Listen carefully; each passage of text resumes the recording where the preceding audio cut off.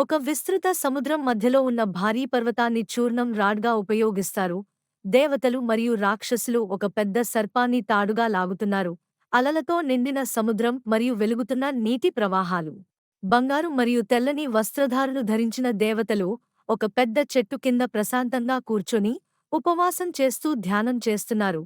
వారి చుట్టూ ఒక మృదువైన దివ్య కాంతి ప్రసరిస్తూ కనిపిస్తుంది.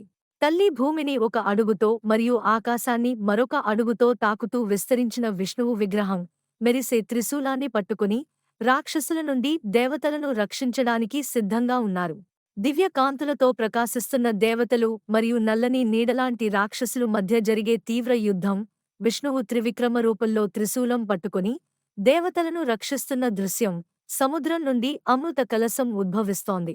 ప్రశాంతమైన ఆలయ ప్రాంగణంలో భక్తులు ముచ్చటగా అలంకరించిన విష్ణువు విగ్రహం ఎదుట మోకరిల్లి ప్రార్థనలు చేస్తూ, పూలు సమర్పిస్తూ, నూనె దీపాలు వెలిగిస్తూ